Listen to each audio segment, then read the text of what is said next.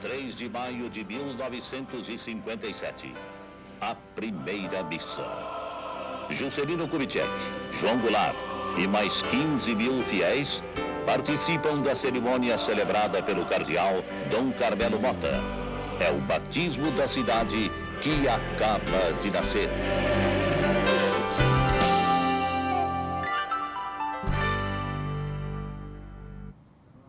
Muito bem, que coisa espetacular ver essas imagens antigas. E nós estamos hoje aqui revolvendo a história da Arquidiocese de Brasília, juntamente com a história do nosso cardeal Dom Raimundo Damasceno Assis, que hoje está presente conosco aqui no Além da Notícia. Eu sei que você que já acompanhou o primeiro bloco ficou aí com muita vontade de participar. Este número de WhatsApp que vai aparecer aí agora está à sua disposição. Você pode ligar, fazer qualquer comentário, pode fazer alguma pergunta para o Dom Damasceno. No último bloco, a gente vai dedicar aqui um espaço para que você mesmo se manifeste. A gente vai ler aqui as perguntas, sujeitá-las a Dom Raimundo Damasceno. Dom Damasceno, vamos voltar um pouco, continuar naquela sequência de história. A década de 70 o senhor já tinha voltado de Roma, já estava aqui e já era padre. Foi um dos primeiros padres aqui da Arquidiocese de Brasília, o senhor? Eu me ordenei em 68, 19 de março de 68, logo que voltei da Europa. E claro que houve padres que se ordenaram antes. Por exemplo, Dom Jesus, né, que foi bispo auxiliar aqui, ele se ordenou um pouco antes.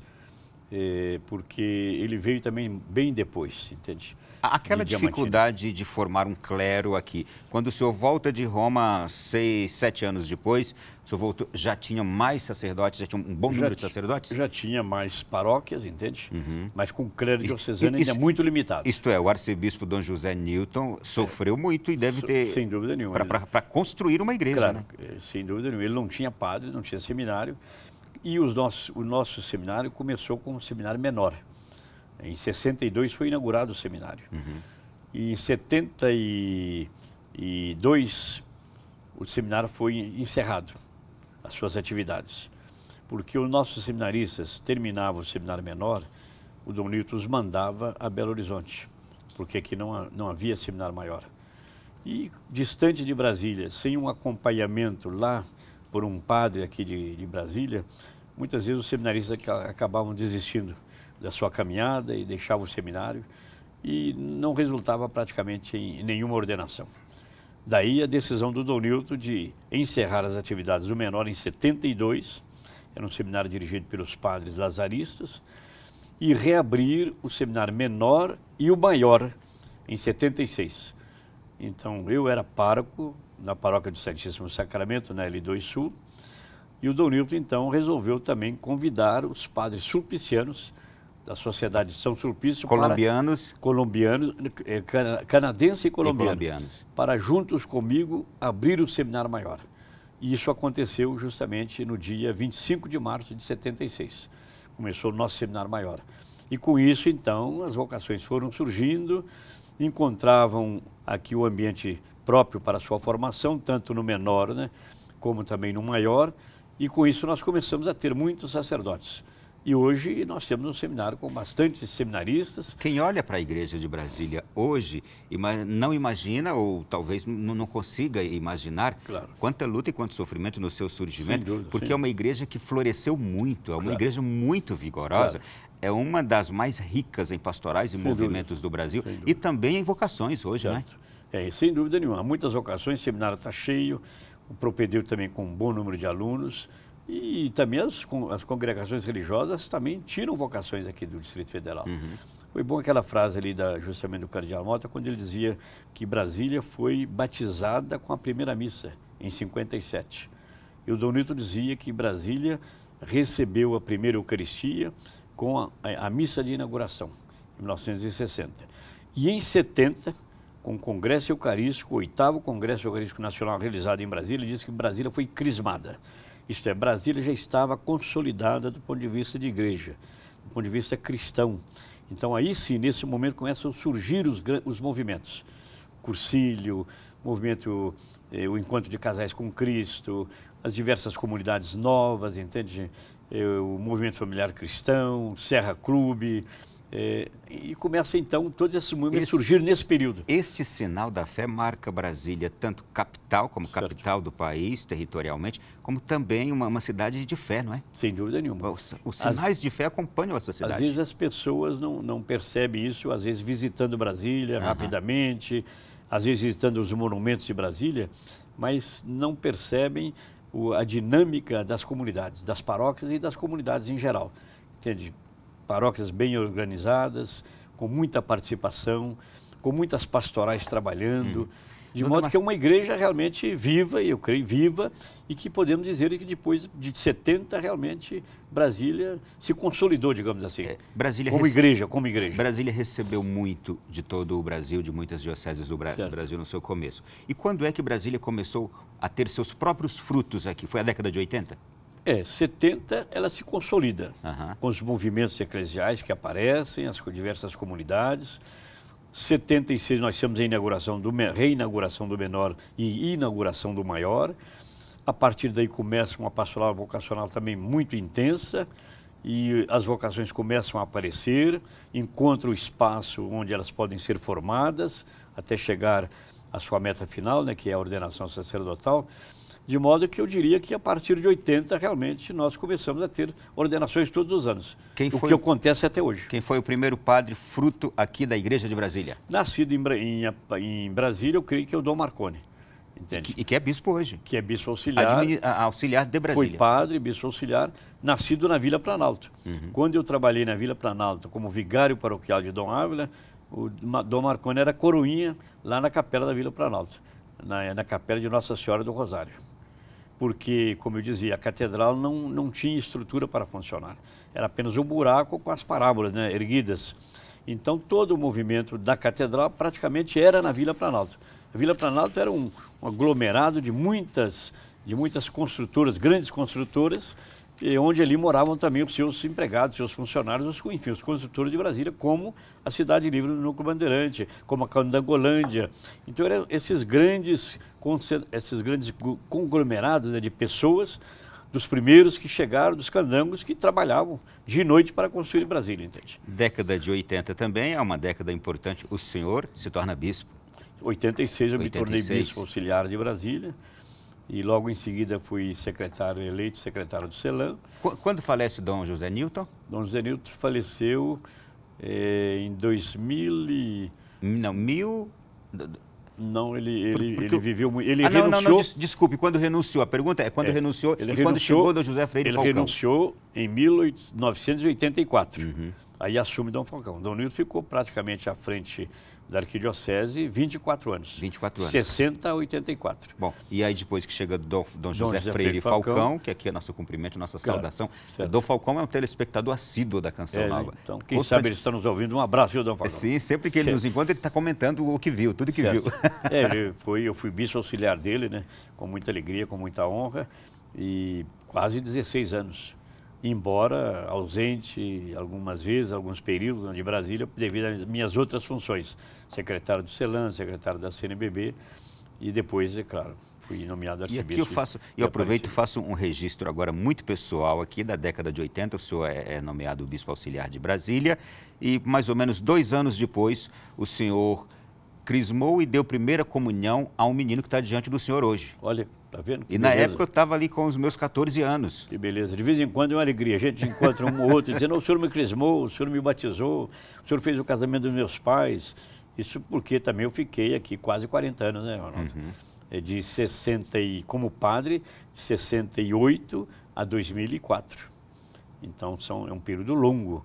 E onde eu exerci meu ministério sacerdotal e também meu ministério episcopal. De modo que realmente eu criei muitas raízes em Brasília. E uma das razões por que eu voltei para Brasília é esta.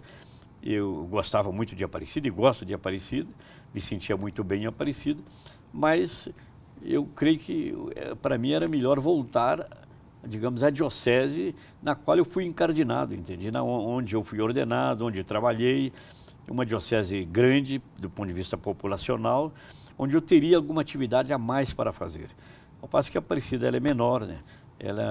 Todo o trabalho ali, grande trabalho, é do Santuário Nacional com os romeiros, mas realizado pelos padres redentoristas, muito bem, E de modo que aqui eu tenho muito mais atividade, muito mais possibilidade de colaborar, de trabalhar com a própria arquidiocese, porque o Dom Sérgio me acolheu muito bem e abre o espaço para eu também fazer minhas atividades aqui nas paróquias, crismando, ou fazendo alguma palestra para os movimentos, enfim, e outras atividades. E com algumas atividades específicas que lhes são Sim, confiadas. Também. Inclusive, a gente conversava agora há pouco fora do ar, a dona Damasceno falou, estou trabalhando mais do que quando estava em Aparecida. Verdade, eu estou com 3 comissões na CNBB, Uhum. entende? Além dos convites para pregar retiro fora, para fazer palestras. Agora, sábado mesmo, estou indo para Santa Catarina levar uma réplica da imagem de Nossa Senhora Aparecida ao Santuário Sagrado Coração de Jesus em Içara, em Santa Catarina. Dizem que é a maior igreja do estado de Santa Catarina, um grande santuário que eu não conheço, mas irei justamente no domingo da misericórdia, agora domingo próximo, portanto num lugar muito apropriado para falar da misericórdia, né? Porque é o santuário do Sagrado Coração de Jesus. Não. E nós sabemos que o coração é o símbolo, né, do amor, da misericórdia, de Deus para conosco na pessoa, né, de seu Filho, nosso Senhor Jesus Cristo. E lá vai estar também Nossa Senhora Aparecida, ao lado aí do Sagrado Coração de Jesus. A maioria das vezes que a gente procura Dona Damasceno aqui em Brasília está sempre em viagem. Dona Damasceno, vamos lá. Mas Brasília também viveu momentos muito importantes e preciosos com as visitas de São João Paulo II, não é? E o senhor acompanhou 2 delas, Perfeito. não foi? Na década Ele esteve em 80 e depois em 91. 91. As 2 eu estava aqui. Que força foi essa que as passagens de João Paulo II trouxe para esta consolidação maior ainda dessa igreja aqui de Brasília? Eu acho que contribuiu muito, inclusive do ponto de vista vocacional. Depois da visita do Papa João Paulo II, a primeira visita dele, que foi uma multidão, né, que se concentrou ali na esplanada dos ministérios, lá foi a missa, e também depois em 91, surgiram muitas vocações sacerdotais. É interessante. A figura do João Paulo II é realmente uma figura extraordinária, né? Carismática, e uma pessoa de uma personalidade muito marcante, né? Entende? Que impactava as pessoas. E ele tinha um carisma muito grande para se comunicar com as massas, né? Parece que ele se sentia realmente em casa quando ele encontrava-se diante de uma multidão aí de 1 milhão de pessoas, 2 milhões de pessoas. E isso ajudou muitas vocações. Surgiram muitas vocações motivadas pela visita do Papa João Paulo II a Brasília. Tanto na primeira, em 80, como em 91. Na segunda, claro, a visita eu já era bispo auxiliar. Na primeira eu era padre e fui um dos que justamente ajudou na transmissão, na animação ali do povo, né, na esplanada dos ministérios, para acolher o Papa João Paulo II e também fazer os comentários da celebração eucarística. Então, um momento também, para mim, inesquecível, entende? E mais tarde o senhor se torna muito próximo de João Paulo II, a ponto dele brincar com o senhor, dizendo que o senhor seria o eterno secretário dele, não era isso? Ou um eterno secretário? Secretário permanente. Secretário permanente. Por que dessa brincadeira dele com o senhor? Essa brincadeira porque a primeira vez que eu conheci o Papa João Paulo II foi, assim, mais proximamente, foi quando eu era secretário do CELAM, de 91 a 95. Então, praticamente todo ano, a presidência do CELAM, né, se encontrava com o Papa João Paulo II. E ele me conhecia ali sempre o secretário do CELAM. Quando eu termino o CELAM, imediatamente eu sou eleito secretário da Conferência Nacional dos Bispos do Brasil, da CNBB. Começo a ir novamente ao Papa, né, com a presidência da CNBB, novamente Santo Padre, o secretário-geral da CNBB. Então, acho que depois de as 2 vezes ele falou, secretário permanente, né? Brincando com a gente. Então, eu era conhecido como secretário permanente. Ele tinha muito humor, né, o Papa João Paulo II. Era uma figura realmente admirável. Tive essa graça, né, de conhecê-lo assim, muito de perto, entende? E numa dessas visitas que me chamou muita atenção foi quando nós estivemos lá ainda na presidência do CELAM. Eu era ainda secretário. Creio que, se não me engano, exatamente no aniversário do atentado contra o Papa João Paulo II. Era 13 de maio, certo? Nesse dia nós estávamos em Roma e pedimos uma audiência com o Papa, a presidência. O presidente era o cardeal de Santo Domingo, Nicolás de Jesus. E então fomos ao Papa. Ele tinha vindo de uma visita apostólica à Sicília. E estava cansado, o cansaço se manifestava no seu rosto, entende? E ele tinha sido muito duro com relação à máfia, né, entende? na Sicília, entende? Nos seus discursos. Fez um discurso muito efusivo forte, lá. muito forte.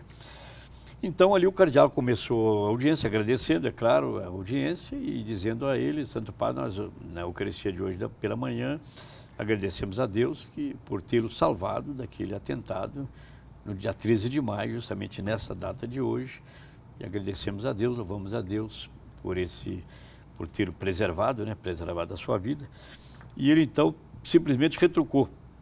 E nesse dia mudou o rumo da história. Eu fiquei, assim, preocupado com essa frase, ele não explicou. E eu fui fazer uma pesquisa depois, inclusive escrevi um artigo no Correio Brasiliense, João Paulo II e o novo rumo da história. E fui pesquisando. E o que disse ele? Ele foi a frase que ele disse. Então eu fiz um artigo com esse título, João Paulo II e o novo rumo da história. Então mostrando justamente que havia um projeto, digamos assim, até da União Soviética, a antiga União Soviética, até de uma possibilidade da invasão da Polônia, porque o Sindicato de Solidariedade estava crescendo demais e contaminando os outros países também da antiga União Soviética. Mas estava difícil invadir a Polônia, tendo ela um filho papa, entende? E, de certo modo, precisava calar essa voz, entende? Daí que surge essa teoria, né, do atentado contra João Paulo II, ele acaba não morrendo. João Paulo, então, II, sobrevive ao atentado, aí muda o governo da Rússia, entra do Brezhnev, passa para o Andropov, que eram todos de linha muito dura, mas essa sucessão se dá muito rapidamente até chegar o Gorbachev, que justamente era o da perestroika, né, e da glasnost, começou a abrir a União Soviética. E com isso caiu a União Soviética, no símbolo, né, da queda do Muro de Berlim. E segundo a história, um trio ali muito importante, o Gorbachev, o Reagan e João Paulo II. Então, com esse acontecimento, com a queda do comunismo, realmente mudou o rumo da história. A história é outra depois da queda do comunismo. Muito bem, gente. Olha, estamos aqui recalcando a história de mais ou menos aí 5, 6 décadas, contada por Dom Raimundo Damasceno, aqui neste livro em que ele dá bastante ênfase à história da Arquidiocese de Brasília, juntamente com a sua história, porque ele chegou aqui em 1960 em Brasília como seminarista, depois se tornou, aqui viveu o seu sacerdócio, episcopado por 40 anos aproximadamente. Eu fiquei 40 anos em Brasília. Exato. Bom, aqui está cheinho de histórias. Nós vamos para o intervalo, já a gente continua contando histórias e aí agora sim, com a sua participação também, está mandando para cá alguma mensagem, alguma pergunta, alguma sugestão, algum comentário? Vai mandando aí, o nosso número de WhatsApp está aparecendo, 99164-4304, o DDD é o 61. A gente volta já.